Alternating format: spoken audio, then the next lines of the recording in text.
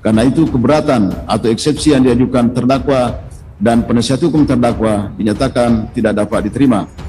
Menimbang bahwa karena eksepsi yang diajukan terdakwa dan penasihat hukum terdakwa dinyatakan tidak dapat diterima, maka Pengadilan Negeri Jakarta Timur berwenang mengadili perkara ini. Selanjutnya, pemeriksaan perkara tetap dilanjutkan. Bang Ajis, ya tanggapannya atas putusan selain disampaikan oleh Majelis Hakim hari ini seperti apa? Sebenarnya kita udah duga dan nggak masalah, kita akan lanjut terus. Kita di sini berusaha, berjuang, kita nggak peduli dengan hasilnya karena kemenangan adalah ketika kita tetap dalam kebenaran itu sendiri. Untuk apa? Mau dikepung aja juga tetap aja peristiwa pidananya ada. Jadi polisi nggak takut ya Pak? Oh, masa polisi takut? Besok, PN Jakarta Timur gelar sidang putusan Sela Habib Rizik terkait kerumunan. Sidang lanjutan Habib Rizik Sihab digelar besok Selasa 6 April 2021. Sidang Habib Rizik besok beragendakan putusan Sela dari Majelis Hakim. Hal itu disampaikan Humas PN Jakarta Timur, Alex Adam Faisal saat dikonfirmasi. Putusan Sela untuk nomor perkara nomor 221, 222, dan 226. Ujarnya dilansir dari Antara. Perkara dengan nomor 221 PIT B 2021 PN Jakarta Timur terkait kasus kerumunan di Petamburan dengan terdakwa Rizik Sihab.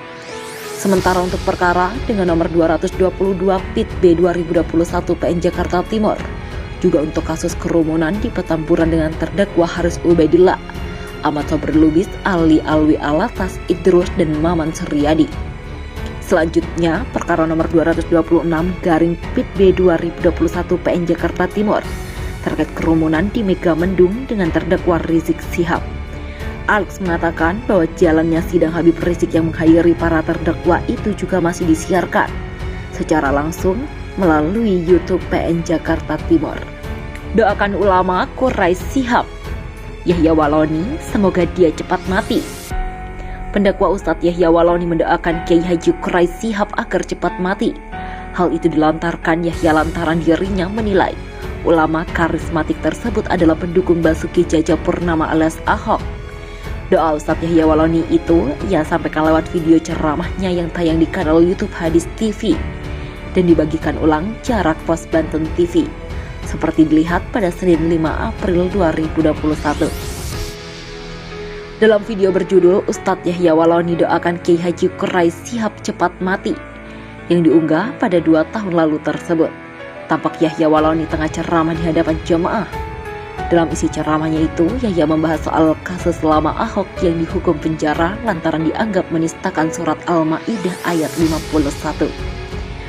Ahok masuk penjara kenapa? Karena mengatakan Al-Maidah 51 membohongi. Ahok itu munafik beragama Kristen, pura-pura saja dia itu mengakui Islam, bohong, begitulah ujar Yahya Waloni. Yahya pun lantas menyebut ada jamaat yang meminta dirinya mendoakan agar Ahok cepat masuk Islam. Akan tetapi Ustadz Yahya Waloni masih mendoakan agar mantan gubernur DKI Jakarta itu cepat mati. Makanya jemaat bilang, Ustadz doakan Ahok cepat masuk Islam, saya doakan cepat mati, begitulah ungkapnya. Ia pun meminta kepada kaum kafir agar jangan bermain-main dengan Islam karena pasti akan mendapatkan akibatnya. Ente mau bermain berkhianat terhadap Islam, jangankan saudara, jangankan kaum kafir, sedangkan muslim saja dapat akibatnya. Apalagi kaum kafir itu sekarang dia penjara, begitulah tutur Yahya Waloni. Selanjutnya, Yahya dalam videonya itu mengungkapkan bahwa dalam kasus Ahok tersebut, Habib Rizik Sihab sempat dipanggil menjelang saksi ahli terkait penafsiran surat Al-Maidah ayat 51. Lalu dari pihak Ahok, kata Yahya juga dipanggil saksi ahli yakni ulama Kiai Haji Quraisy Sihab. Dipanggil ahli sampai Habib Rizik membawa kitab yang tebal menafsir Al-Maidah. Lalu yang pro Ahok yang menjadi aliran Ahok Quraisy Sihab. Begitulah kata Yahya Waloni sambil tertawa.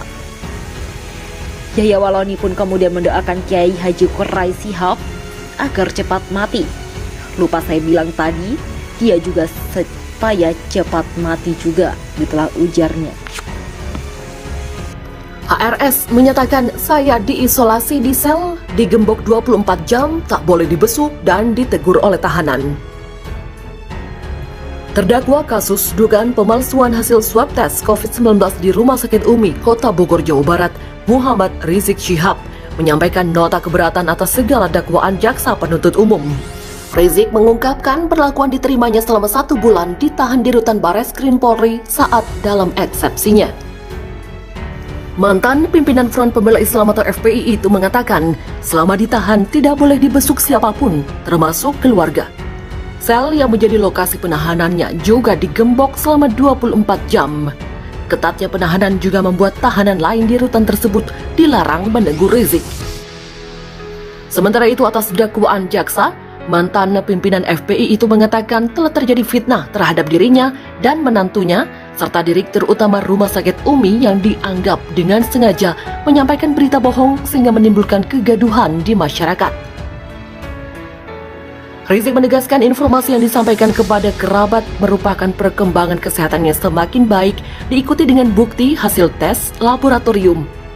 Karenanya pihaknya memohon kepada majelis hakim yang mulia agar dakwaan JPU ini dibatalkan demi hukum. Dalam perkara dugaan kebohongan terkait hasil swab tes ini, Rizik dijerat oleh 3 pasal berlapis. Berikut pasal-pasal yang dilanggar Rizik. Yang pertama, pasal 14 ayat 1 Undang-Undang Republik Indonesia nomor 1 tahun 1946 tentang peraturan hukum pidana. Yang kedua, pasal 14 ayat 2 Undang-Undang Republik Indonesia nomor 1 tahun 1946 tentang peraturan hukum pidana Jo pasal 55 ayat 1 ke 1 KUHP. Ketiga, pasal 15 Undang-Undang Republik Indonesia nomor 1 tahun 1946 tentang peraturan hukum pidana Jo pasal 55 ayat 1 ke 1 KUHP.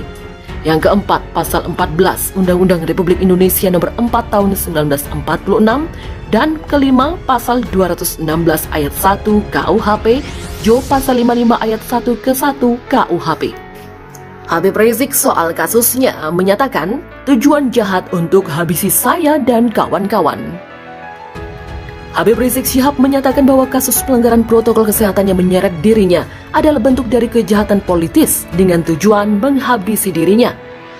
Hal ini disampaikan Rizik saat membaca eksepsi atau surat pembelaan atas dakwaan Jaksa Penuntut Umum atau JPU dalam sidang lanjutan di Pengadilan Negeri Jakarta Timur. Pernyataan ini merujuk pada dakwaan kelima JPU yang menyebut bahwa dirinya adalah pengurus ormas sengaja melanggar ketentuan pasal 82A ayat 1 Jo 59 ayat 3 huruf C dan D Undang-Undang nomor 16 tahun 2017 tentang penetapan Perpu nomor 2 tahun 2017 tentang perubahan atas Undang-Undang nomor 17 tahun 2013 tentang ormas. Rizik mengatakan JPU secara licik ingin menempatkan dirinya dan panitia maulid sebagai pengurus ormas dalam kasus tersebut. Padahal, dirinya maupun panitia maulid saat ini diadili sebagai individu, bukan sebagai pengurus ormas. Lagi pula, ormas yang dimaksud JPU merujuk pada FPI, di mana FPI sudah dibubarkan berdasarkan SKB 6 pejabat setingkat menteri. Ex-pentolan FPI ini mengatakan pasal yang disangkakan JPU atas kasusnya digunakan hanya untuk penuhi nafsu jahat belaka, dengan tujuan agar dirinya dan panitia maulid masuk kategori pengurus ormas yang melakukan tindak kekerasan, mengganggu ketertiban umum, ketentraman, serta merusak fasilitas umum dan fasilitas sosial. JPU yang menggunakan pasal 55 ayat 1 ke 1 KUHP lagi-lagi disebut Rizik untuk memposisikan dirinya dan panitia maulid sebagai pihak yang menyuruh atau turut serta dalam kejahatan pidana. Sadisnya lagi, kata Rizik, JPU memakai pasal 10 huruf B KUHP supaya dirinya dan panitia maulid bisa dikenakan sanksi hukum pencabutan hak dan perampasan barang. Pencantuman pasal 35 ayat 1 KUHP dalam dakwaan JPU juga ditujukan untuk mencabut atau merampas sejumlah hak, seperti hak mata pencaharian, hak bekerja dan jabatan, hak politik, hingga hak perwakilan anak. Sidang ini adalah sidang kasus kerumunan pelanggaran prokes, bukan sidang pembubaran ormas FPI ataupun tentang sidang pelanggaran anggota atau simpatisan FPI di masa lalu. Sehingga menurut Rizik, JPU tidak boleh ngawur bicara yang tidak ada kaitannya dengan kasus sidang ini karena hanya membuang waktu sekaligus menggelikan dan menjijikkan.